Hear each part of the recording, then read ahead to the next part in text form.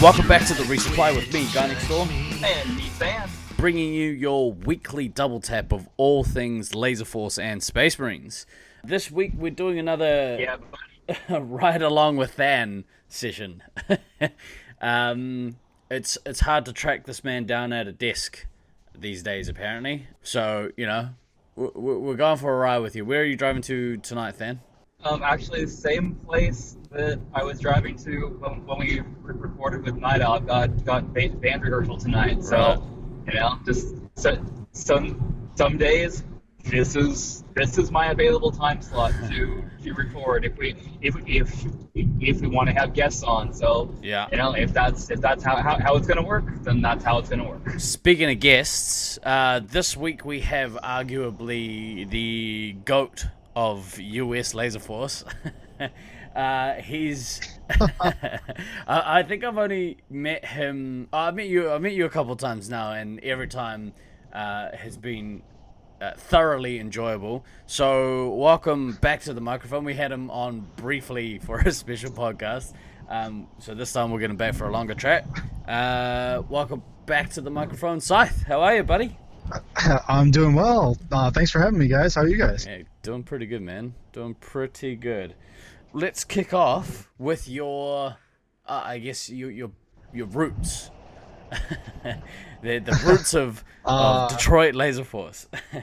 Yeah. So basically, long story short, like I was playing like members nights and stuff like that, and in 2009. Like they revived the tournament scene after a long hiatus and U.S. laser tag for Laserforce Nationals, and Detroit was selected for the spot. Yeah. And then they had like a members posting during a members night, like, oh yeah, we need players. And like at the time, I was just like, a member. Like I wasn't like super good. There's people like way better than me, and like I'm just like, okay, you see it and you see it, but then.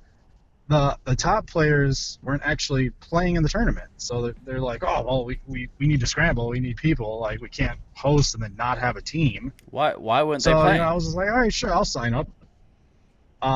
They already felt that they were good and didn't have to prove it, I guess. I don't know, like they just didn't want to do it. Like, Wow, that's the mark of a true good player right there. Yeah, so I mean, they were available, like. Were there. They were talking to people. They were socializing. They were, asking random shit and then calling us bad when we were losing games. Like, so. Yeah. Okay. So the way that I look at that is that if you're good enough to play Nats and you don't, especially if it's at your home site, then you don't get to talk. You don't get to comment. You shut up. You sit in the corner. You don't say anything. Right. So, like, I get picked on, and then I think it's been a lifetime ago, but I think it was like the team was like me, Kubiak, Rich, Nicole, both Browns, and then probably someone else I'm forgetting that they're going to kill me later for forgetting. And that was like our Detroit team, and then we had our Ann Arbor team. Was it pint size as your sixth? I don't remember. I know she played with us in 2010, but 2009 I don't know. Possibly, maybe. She's gonna kill me if she was, because I just don't remember that tournament much. I mean, it's almost a decade ago, so yeah. Yeah. So shout out to Pint Size if you're actually on the team, and I'm forgetting. I'm sorry. Like, don't kill me. But yeah, so there was an Ann Arbor team, right? There's an Ann Arbor team with Stu, and he brought like a bunch of Blast players that he was converting to Force. Then there was the Syracuse team, which was led by Beans and Company, and then there was the Sacramento team, which was led by DK, Flint, and all them happy peoples. So it was like a 4-team tournament. We were just kicking stuff off again, and then so I played, and I was actually a scout. So.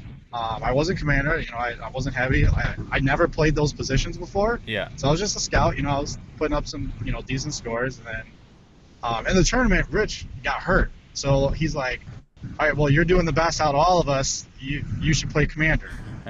So I was like, what? Like, I don't know how to do this. Like, what? So the first game I get thrown in, like I'm just shooting people, like, and it's like, okay, how do I nuke? So I had to stand on our ramp, on green ramp, and ask him how to nuke. So he's telling me, like, okay, you got to hold your button down and the trigger down to launch the nuke.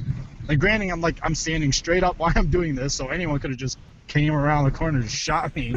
But it adds to, like, the funny story of, like, I wasn't always, like, this aggressive, like, commander player. I was just, like, a lonely scout trying to return to my roots. You're a rookie. You got to start from somewhere, right? Right. So, yeah. So, but like, what was crazy was like, I started hearing chatters of like, oh man, this dude's pretty good. How long has he been playing? And like this and that. And I was like, oh man, am I actually good? Like what? And then our member players that were there were just like, oh, you guys suck. Like, you keep losing games and, like, all this stuff. Some excellent so it was support like, from the home it was side. still, yeah, like, right? They're like, why are you guys losing? If I was playing, we would be doing better. And I'm just like, all right, well, fuck you Well, then why the fuck aren't you playing? right? But yeah, so the tournament goes on, and, like, we're starting to get better and better, and we're getting a rhythm, and I'm learning how to chain nukes, so I'm learning that. I'm getting the basis of like missiling and stuff like that. So that all goes well. We ended up taking second. We lost to Sacramento in the finals. And then afterwards, like the SAC team was, especially like DK was talking to me, and he's like, "Oh, if we have it again next year, you should totally come play." And he's trying to get me to like play more and do all this stuff. And I was like, I don't know. I just play. I just play. Like, I don't really, like, do it for competition or anything. And so that led more into, like, the start of everything. Right. Prior to that, like, how long had you actually been paying for before you started, like, before you played that first Nats? Even just casually? So it was off and on for, like, a while, from, like, 06 to, like, 2009, so it was like members nights, like overnights. Right. Okay. But it was just like fun games, like CTF, like D&D a lot. Space Marines was played, but it wasn't like the popular game mode. Right. Like it was played, sporadically. It was always the same people as commanders and heavies and resupply. So yeah, it sounds very very much like our site. Pre-Than getting here. We only ever used to play like D&D and CTF and cool. So from there, 2009, how many nationals have you actually played? So I've been in every one since then. Right.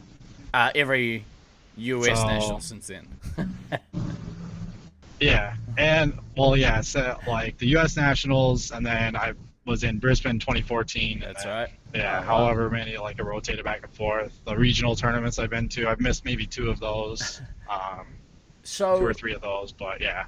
So the one that I have been asked about recently by guys here who sort of don't know the details is probably the one from 2015, which you both were at. Is that right? You were at that one as well, Than? Yeah, I was there. I was there also, and I have to say, I mean, there were parts about that week that were really, really, really good, and there were parts about that week that sucked the fattest of dicks. And unfortunately, the parts about that week that sucked the fattest of dicks pretty much all revolved around the team that Josh found himself playing for. And when I say found himself playing for, I mean that, like, none of the other, in quotes, Detroit players that we still associate with Detroit made the trip. It was just Josh.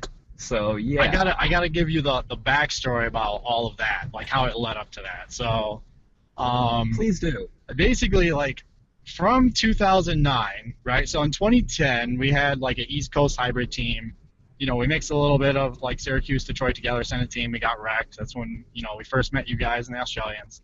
But in that tournament, a particular person, like Disco Stu, noticed like something with the play style I had. He's like, you play a lot like Rusty. You just don't have the support, right? So he came up with this idea to like build a Detroit team. So like we would pick players out of people that, you know, have good team mindset, team chemistry. They're not super aggressive. They're not overly defensive. They're open to feedback. So he's like, all right, here's what we're gonna do with this team. We're gonna pick these players out, and then we're just gonna build something together, right? So that led into 2011, which was in New York, which first time shoulder to shoulder, like, yeah, which like was amazing. It was eye opening. We trained on it forever, but I started noticing in myself, like, I saw things people didn't per se. Like I read the game differently. I would see things like that would happen in the game before they'd happen. I would call it out, and like our team was making huge leaps and bounds across other players like at our site, and that led into, you know, like 2012 we again didn't send another team because Detroit doesn't like to travel. And well, 2013 no, we're home. No, hang on. 2012 was in Sacramento. You guys had a team. It may not have been the team you wanted, but you guys had a team. We did, yeah. So it wasn't like the Detroit like A team that we would be sending. It was like, oh, whoever can go can go. Yeah, no, and I'm certainly not trying to say the team that you sent in 2012 was what was the best side that your site could have sent, because it wasn't. But you guys were there. I'm just throwing that out there. Yeah. So that leads into the 2012 tournament was kind of a turning point at our site where we're like, all right, we want to build this. We want to be the best site in the U.S. We want to have like the best gameplay. We just want to crush teams. Like, we just want to blow teams out of the water. How do we get to that point? So Stu goes, and we talk like all the time after nights, like after games. We're like, okay, this is what we fucked up. How do we fix this? How do we adjust this? Who do we slot in, slot out? And we get to this point like in 2013 where we're home for nationals, and we're just dominant. And we're just like, you know, killing it all the way up to the point. And that's when the team started, you know, making and traversing their way into playing Space Marines, and the team being, you know, the ministry, as GND likes to call them. How would you? I use the C word. That's my word. I use the C word. Okay. And they start playing around this time. And like they're really good, obviously, for, you know, potential reasons. They're extremely good. They're coordinated, you know. And we start scrimming them a little bit, like here and there, and we're like, these guys push us more than our other teams push us, right? And so we're like, oh man, you know, this is pretty good. They're just like, it's a bit off, right? But like, it's still good from like a playing perspective. So you put up with it. You put up with the terribleness. At that point, like, at that point, like a rivalry started to happen between like Detroit players versus like Craig's players, right? Right. And it escalated more and more and more. And Nationals was like the coming together, like, okay, it's us versus them. You know, like, I don't care what other team is there. You know, Stu's keeping a level mindset for us, but really, like, all the players aside from like, you know, me, Stu, and, you know, Justin, that had like the level mindset. It was any other player that was on the team. It was, you know, Detroit versus Craig's team, right?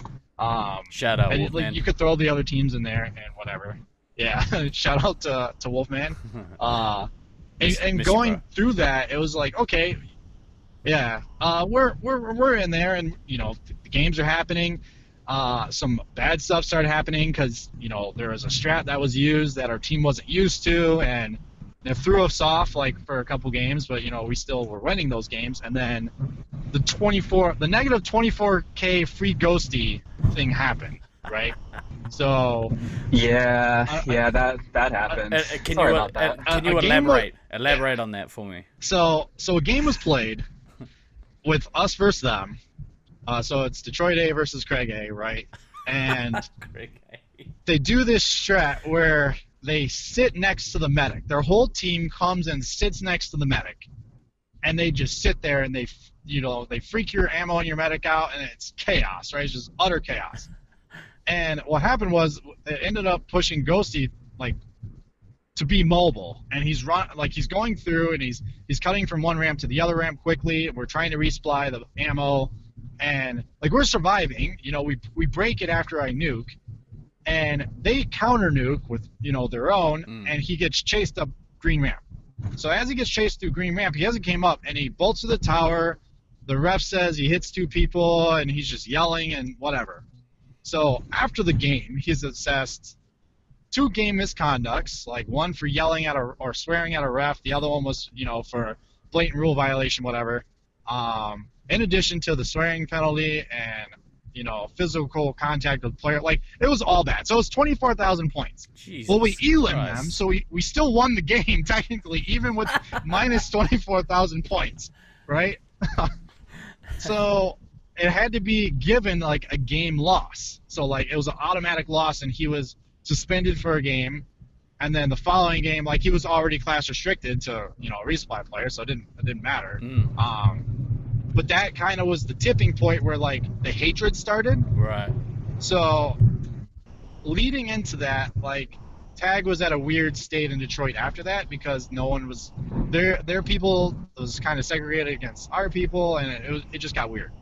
Leading into 2015, because Nationals was in 2014 in Australia, so I was the only person from Detroit that went.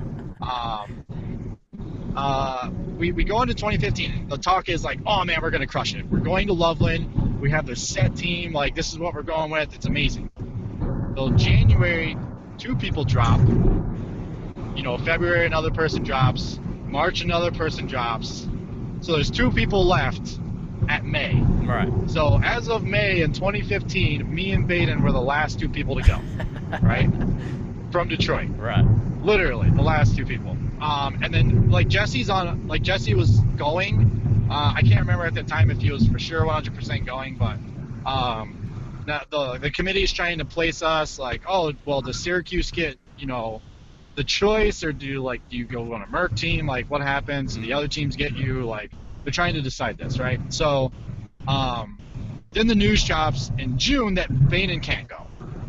So then it's just me and Jesse, right? Right. And having prior experience and bad experiences playing with New York, I was like, you know what? I'll play on a Merc team. Jesse can play with New York. He's a resupply player.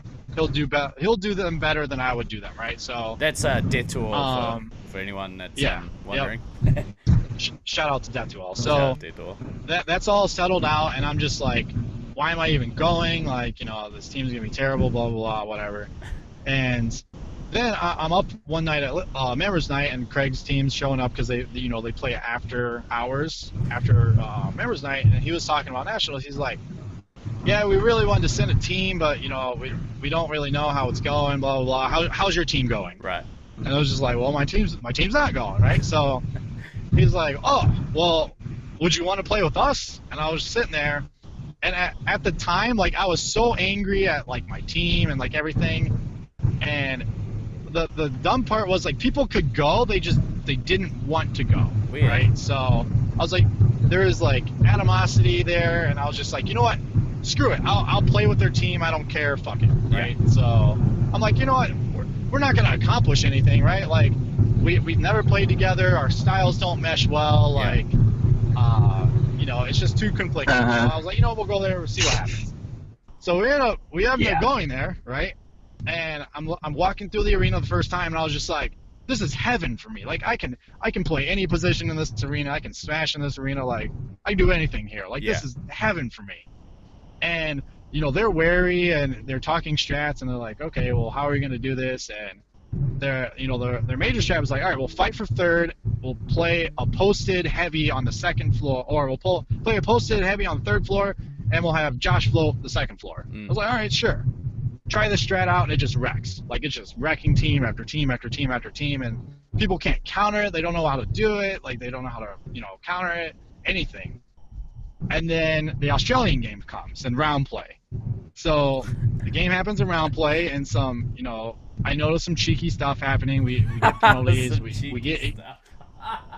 Yeah, you see it happening, right? You see the blind shot shooting down. You see, like, stuff that the refs aren't seeing, and you're like, okay, that was one shot, right? And it's like, we get crushed, like, we get elimed. We're like, okay, well, we're gonna meet them in the winners bracket. It doesn't matter.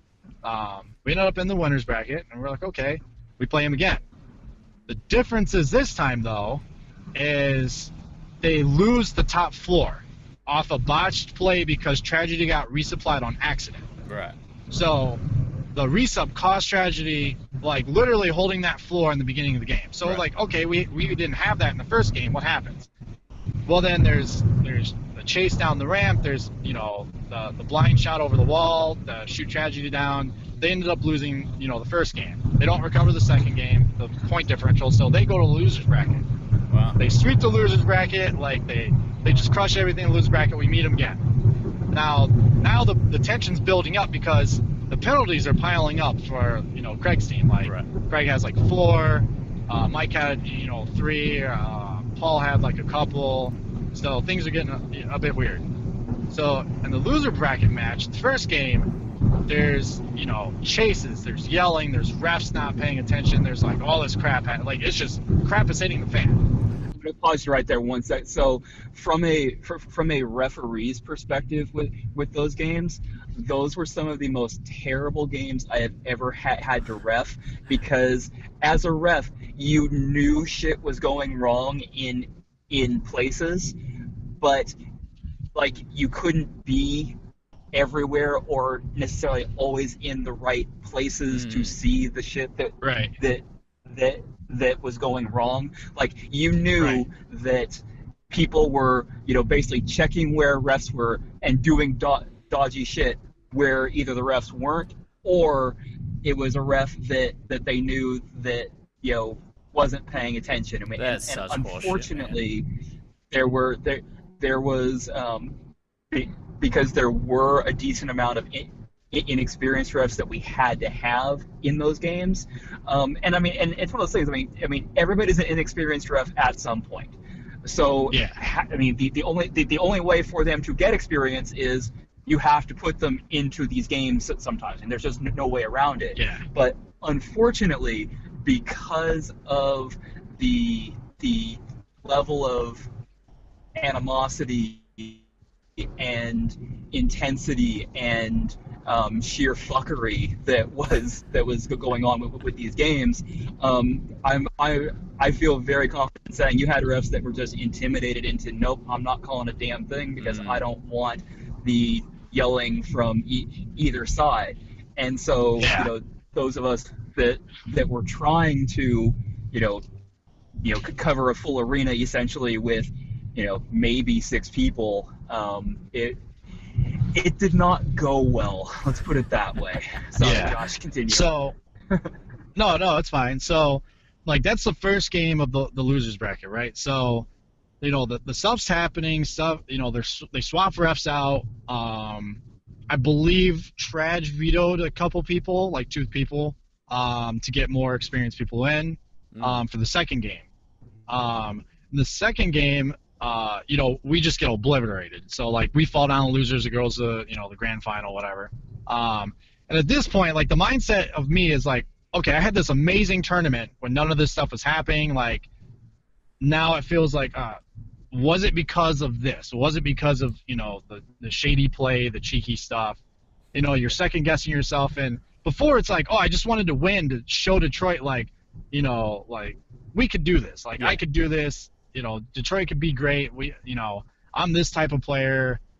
F you guys for not going. Like that was the mindset beforehand. It's like make them feel bad for not going. Yeah. And then now it's like, what have I done? Because now you're going into a grand final versus Rusty and company, and potentially it's like, yeah, I could beat them. I could do this. I have the right mindset. I have this. I have the player, like skill level. I have the arena in my favor. Like all this stuff. Perfect size for the arena. Like everything's just aligning for Scythe to win one internationals versus Rusty, right? Like the stars are aligned, except for like a black hole opens up and sucks all the stars out of the sky, right? That's pretty much the analogy that's happening here. And so we go into game, like the game's logging in.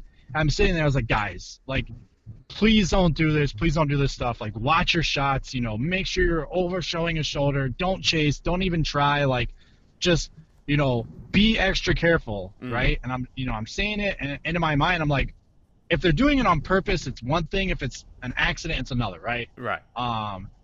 The girls in resupply, that like the one that got called on, I forgot which one was playing at medic at the time, but the one that got called on her is like, okay, she came around the corner. Obviously, it was a blind shot. No penalties on her the entire tournament. Right. Accident. But likely. Yeah. So like that one, yeah, likely quotation marks. But then the game starts and immediately everyone goes up the third floor, and that's when the infamous Trage is out play happens, right? So, I trade with Rusty on the third floor. Paul shoots to the side to hit Trage coming up like the last ramp to turn. The resupply runs into the box, right? Them being down, me and Rusty both come up. We trade again, right? So Paul then resets off his own player to shoot Trage down again. So at this point, he's still down, runs into the box, shooting the resupply, and then the sequence of events is Trage comes up once, doesn't get resupplied medic. He gets only shots from Fredo.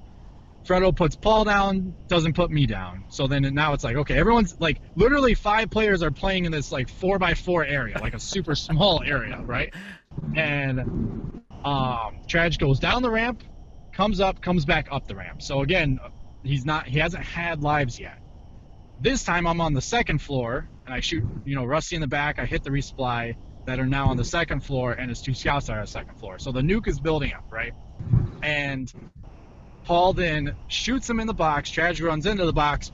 Paul goes up to the box line, shoots Trage. Should be penalty 1, right? Now I get the nuke, I detonate. I start nuking. He goes down to the second floor, and the ramp's it's like a skinny ramp. It's like 12 feet, 10 feet long, 12 feet long, something like that. Nuke detonates when he's on the second floor. Still hasn't came up. Player runs down, shoots Trage in the box. Ref is there. Still hasn't came up. Trage then has to go down the switchback ramp to get to the first floor underneath to be safe.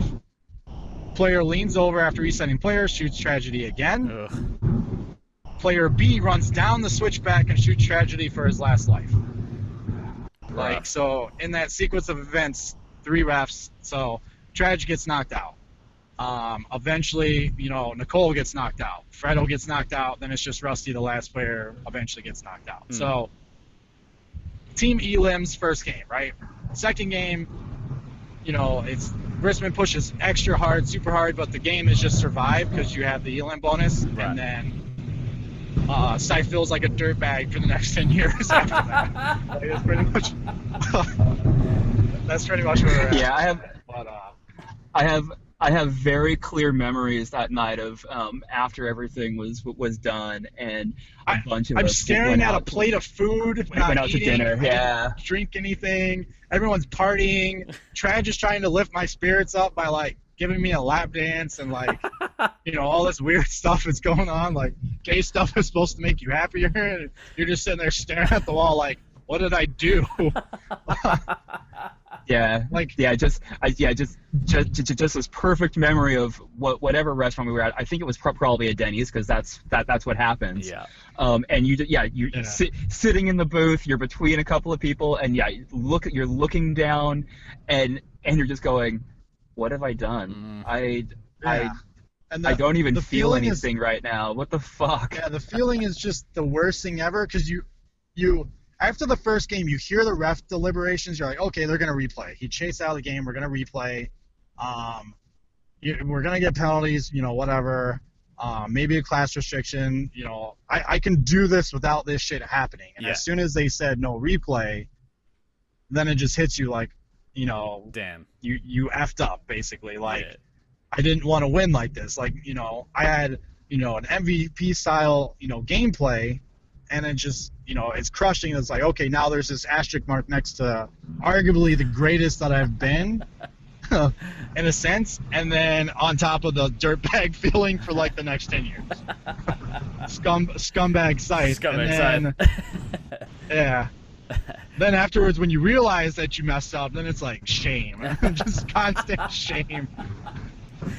I mean, it sounds like a pretty average situation, and just from all the eyewitness accounts that I've been told, people have just shared they shared that basically it was such a downer, like it was such a scene killer type moment to kind of happen. Well, it was like it's literally like the air was sucked out. Like as soon as the game was in Elim, it's like everyone just had this look like they just lost. Yeah.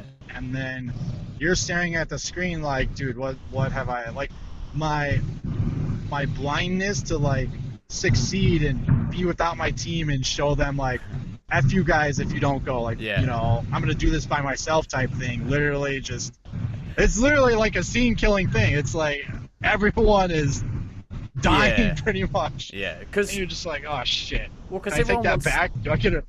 Sorry, you go. No, go ahead. I was gonna say, because everyone wants to see the kings dethroned, really, but they don't want to see it happen like that. Like, you know, everyone kind of wants the underdog to kind of succeed. So, I mean, well, but you want to have it happen with like with good, honest gameplay as opposed to fuckery. It has to be integrity, otherwise, what's the point? Yeah.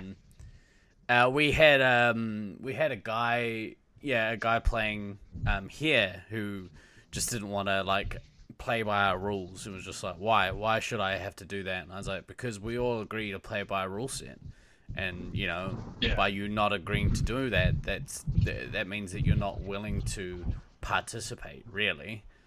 In which case you can fuck off. And he did. Yeah. So you go to like the lowest moment of like Scythe's laser tag career, which was that. And then you just kind of pick up, you know, what's left. It's like, okay, how do I again do this? Right. But like the funny stuff that started after that was, you know, basically the solo Ray thing. Like, right. That's probably the best thing that came out of the tournament. And then the awesome swag bag. So the swag bag is like the second best thing that came out of that.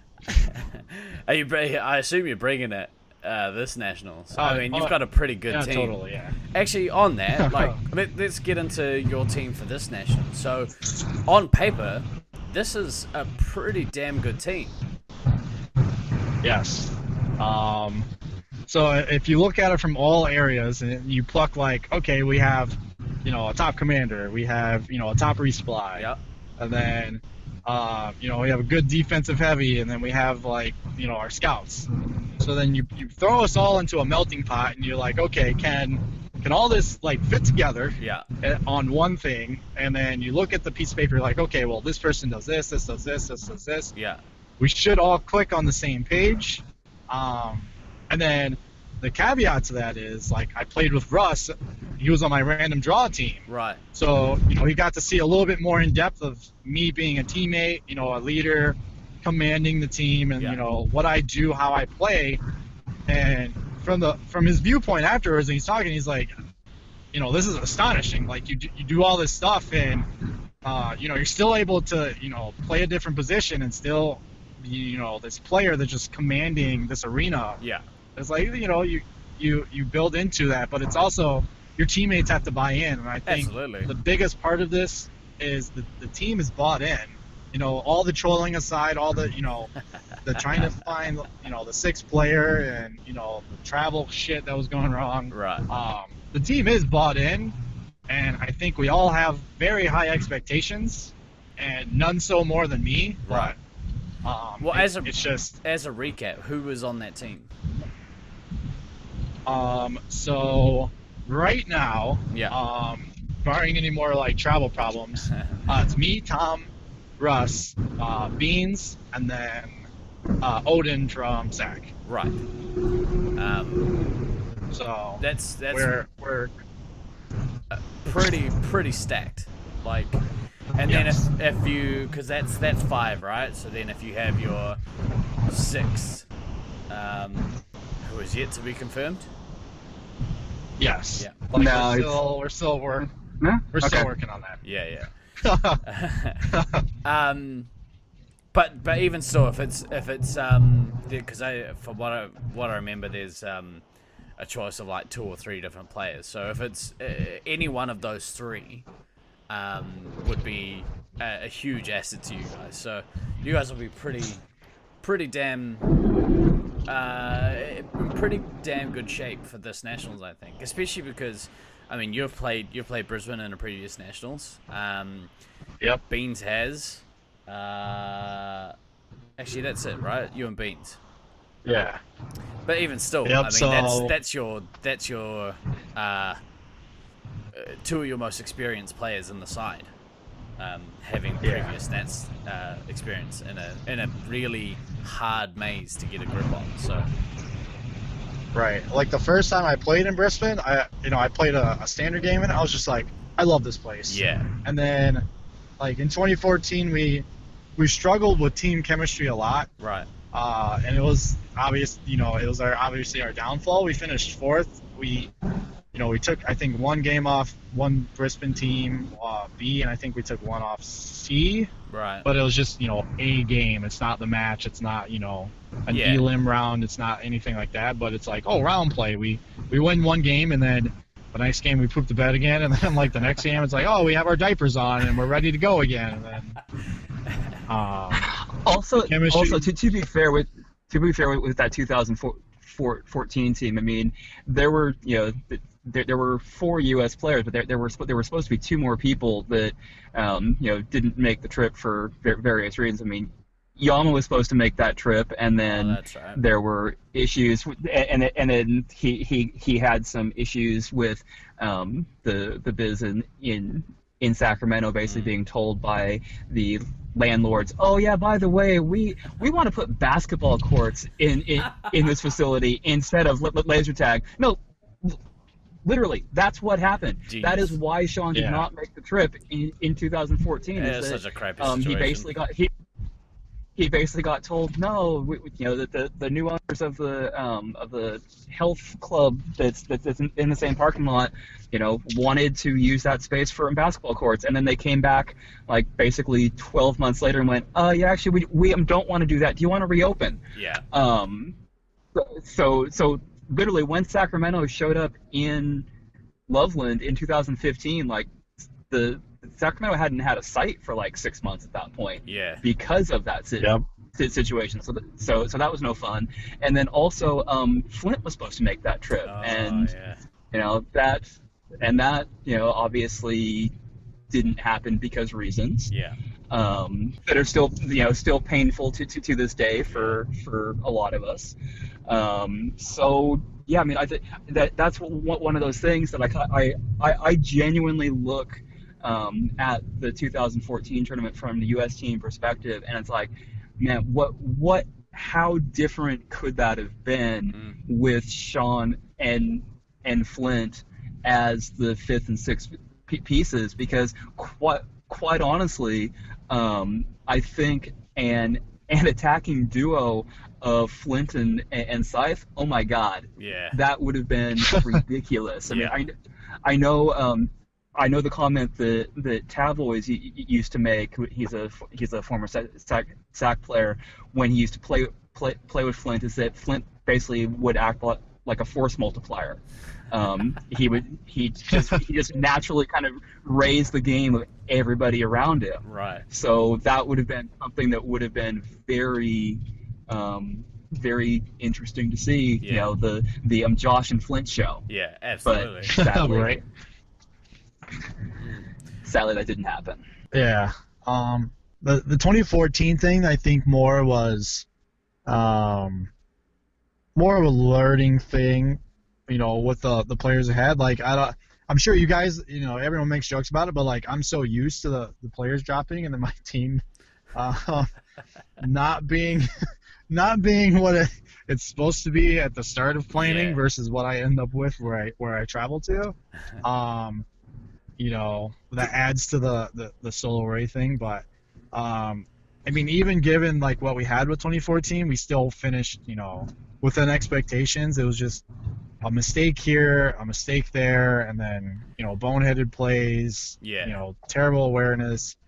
But now I think like with a tournament just having been in Sacramento, with Tom and Russ playing as Resupply and being used to that style, and then trying to incorporate that to Brisbane, Rush just having played with me, so he knows, like, when I come back, please don't shoot me with lives. Yeah. Like, I don't need lives. And he instantly picked up on that. He's like, how are you full on lives? I was like, I'm gonna get shot a lot, and I think that little thing saves so much time in the long run in games where you're coming back and the ammo's down from getting resupplied, and it's like, don't even bother shooting me. Just just wait. Or if you're playing a split resupply, like those little things add up to the course of, those are difference makers of how much longer I'm out in the field versus 16 extra seconds, 32 extra seconds, of extra minute is more and more and more points, more and more specials. You're dropping the lives lower and lower and lower. It can be the literal difference between elim, winning a game, losing a match in most cases. And I think that was a piece of it in 2017 when we were playing your guys. And it's like our games are super close, but when you look to game 2, your team just blows it out of the park at like 8K cushion, 9K cushion. When the first game Detroit wins by 800 points. Yeah. And the second game you see that swing where the resupply mistakes pile up and the scout mistakes pile up and they're not where they're supposed to be, and the only person that anyone is calling out in the entire arena is Scythe. You see that where those points get made up and then your team just goes over the edge, and we're hoping that Go ahead. I was gonna say, part of that is, that trust that you that trust and that chemistry that you build up with your teammates, and when you get put into a team that doesn't play together a lot, then it does take some time to build that stuff, and that's where you kind of rely on, players' experience, how long they've been playing for, and how many kind of nationals they've played in, to kind of make up for some of that other stuff. And then also, Brisbane itself. Brisbane's maze is not really a maze that you can make mistakes in and expect them not to be punished. Every maze has their feel like that. There are definitely certain parts of the Detroit maze where if you make a mistake, you've really just screwed yourself. There's parts of the Sacramento maze you make a mistake, you screwed yourself. Auckland's maze, same thing. But Detroit's maze, I always feel like if you don't make mistakes in certain critical areas, you can recover. It's the way the maze is laid out. You can typically recover off of a mistake to a point. Yeah.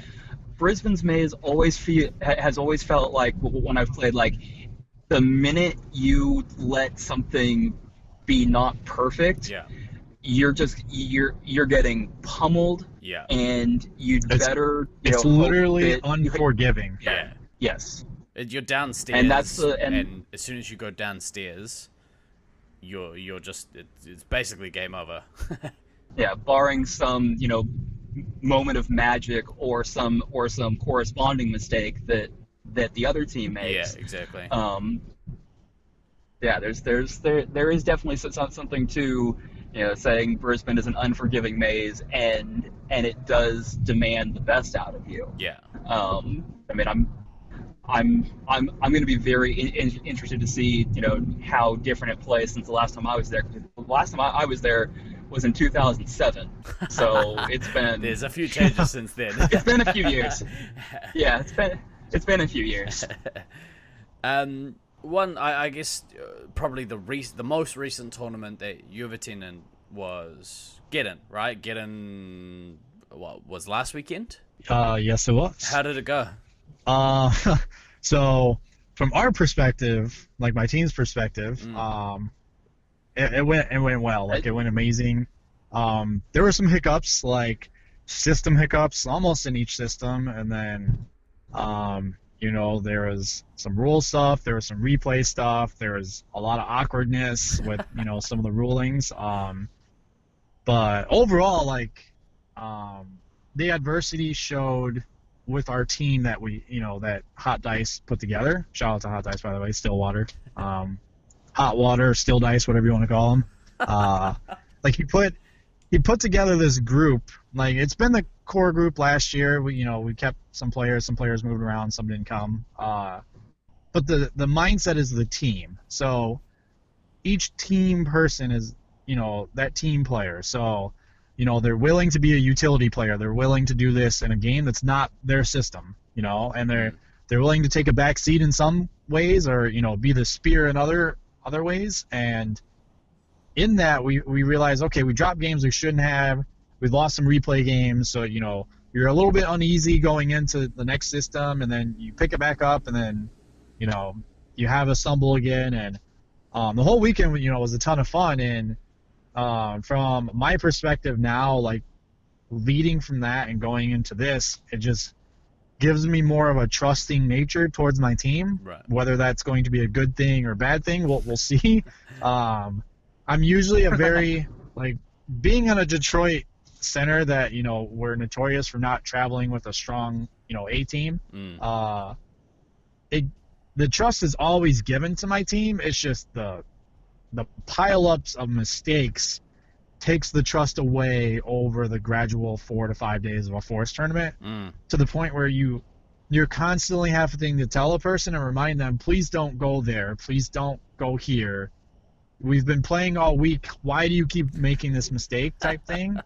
And you address it, and it's in-game. It happens again, and you're just shaking your head like, what are you doing? Whereas in Geddon, a player makes a mistake, or you talk about a certain mistake that happened in the game, and it doesn't happen again.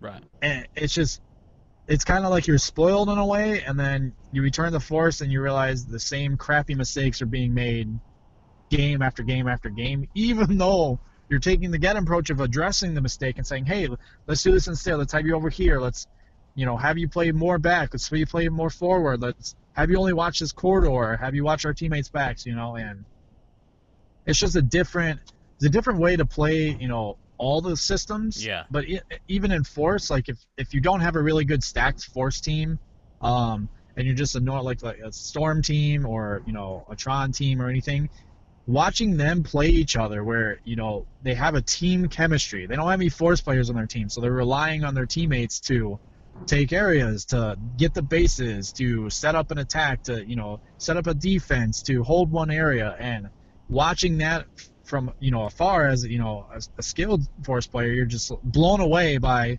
they can just come up with this on the fly, everyone buys in, and everyone does it. Right. Whereas a Force team struggles over and over and over to get that same buy-in from players they've been playing with for years. Yeah. And, on a lot of parts, it's frustrating. But this tournament, it leads me into the trusting the team again. I have the trust set, already. Each time I go into a Force tournament, it's just it whittles away here and there. Yeah, and then you're starting to second guess movement and but it was a ton of fun. Anyone that's listening to this, I had fun with all the teams there. There's a lot of jokes, trolling, tons of drinking. It was overall a really good experience. So and Josh, and also this year's Geddon, there were some of the UK Force players that came over, right? Oh, wow. Yeah. So. We'll give you a little insight to this. I'm not gonna bash him too hard because he was a good sport afterwards about it. But so Titch is a player that played on the UK, or he played on the Consultants team, which is the team that took second, and he's a UK Force player. He's been playing for a long time. He's saying he never lost in Force. He beats players all the time. He's really good at it. He has a strong understanding of Space Marines. He has a pretty good understanding of Force itself, but not to the caliber of playing against, tournament players. Right. So, like, he himself can carry, the team he was on through all Force games except against a team that had Force players. Right. There was a little bit of, trash talk from him, saying, oh, he's going to, missile micro. He's going to lead his team and, beat our team. And, we're joking around about it. Dice is somewhat taking him seriously, so we're staring at Dice like you're joking, right? And then, I'm making jokes like if the dude scores 4K, he'll be lucky, right? And we're just sitting there, we're having fun. We go into the game and we have when me and Micro play, like on the Geddon team, we try to ask people, what do you want to learn? What do you want to play? Have you ever wanted to play this? Have you ever wanted to play that? We let them play it, and we instruct them like how to play it, what to do. Don't forget your bases, gun always up, like the whole shebang. Right. Like if you're a lefty, play lefty walls because people struggle and force against left-handed players. Right. And if you're, a really aggressive player, just push. No one's gonna sit there. No, if you know they're on the opposite team, just shoot them, even if their lights are off, because you can reset. And so we play their team, and they have a really bad start to the game. Their whole team sort of rushes, and it's kind of a weird thing because we weren't there. And then they botched it, and half their team split up, and it was just really bad. Yeah. And he's playing heavy. And, I mean, he just got shot after shot after shot after shot. Like, there was a time he didn't come up for, a solid, 4 resets. That's that reset for you. Yeah. So I think I missed him twice. It was a bad ordeal for him. For those of us that don't have any get-in experience, what is get-in in a nutshell?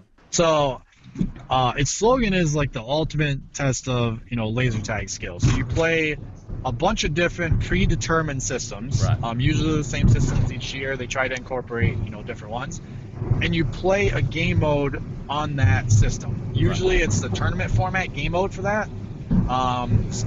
Due to like some problems we've had to adjust some of the games. So Force, we play Space Marines 5. Yeah. Blast, we played their skill shot game. Tron, we usually play chips. This year we played like a base comp. Zone, we usually play team comp, which is a 3-team game. Right. So like each system has their own thing. It's a ton of fun. And then you have 8 players, so it's 8v8, and then you play that system. You play each team once, and then each time you win, you get a point. If you lose, you get 0 points. If you're in a 3-team game, the first team gets points, the second team gets points, and the third team, I believe, gets no points or like a fraction of a point, something like that. Right. So with it being AVA, what positions do you play specifically in Space Marines? So it's one of every, like the important roles. So Yeah. 1 commander, 1 heavy, 1 ammo, 1 medic, and then the rest are scouts. Okay, so not like an extra ammo or anything. It's all extra scouts. No. Okay, cool. Nope. As far as I'm aware, I don't know if there is a get-in scene here, because it's something that I've only ever heard about Australian and American players playing. So it'd be interesting to see if they have a tournament scene here. Yeah, a few of them have mentioned, Australia players. Yeah. So, whether or not how big it is over there, I'm not sure which Right. systems they play, anything like that, or how often they would travel to the UK or Russia or Germany or, the European get-ins. Like, I'm not sure how often they travel that way or do that, but Okay. there is definitely players that have played it and have done well. So Yeah. So obviously, we're all looking forward to catching up with you at Nationals. It's likewise, two shout out weeks to away. Tragedy and everyone. It is. Oh wow, man! So Just over 2 weeks, yeah. 2 weeks. Just over 2 weeks. 2 weeks from the point that we're recording this. Yeah. So, yeah. By the time you guys listen to it, pretty- it's like pretty 2 awesome. weeks from when most people arrive in Australia. So, Yeah. if you guys are looking for something to do on Saturday, there is. I think a lot of us are going to Lasers on Saturday night to just get a feel for the new suit. So, get in touch with somebody who's going to be around, or like one of us, or any other number of people that are going to be in town on Saturday. But I'm pretty sure I'm actually being a road trip with Fan for that one. Oh, are you? Bribe Fan. Yeah. Yeah, I'm sure. he'll come back. Well, I mean, Josh, you do still need to send me your flight details so I can actually come and get you from the airport. So this is your on podcast reminder to send me your fucking flight details, you bitch. But yeah, I'll get right on that. happen. For anyone that hasn't already done Sweet so, as. remember to sort out your travel insurance. But in the meantime, Always remember, kids, travel insurance. travel insurance. In the meantime, thanks, Scythe, for coming on, and I look forward to seeing you in a couple of weeks. Yeah, thanks for having me, guys. I can't wait to hang out with you guys, grab some drinks, share some dumb stories, and hopefully troll some more. It's going to be a week of all of that goodness. Right? But You're not wrong. But until then, I have been Guy Next Door. And I've been Fan. And always remember to backtrack, kids. We'll see you next week.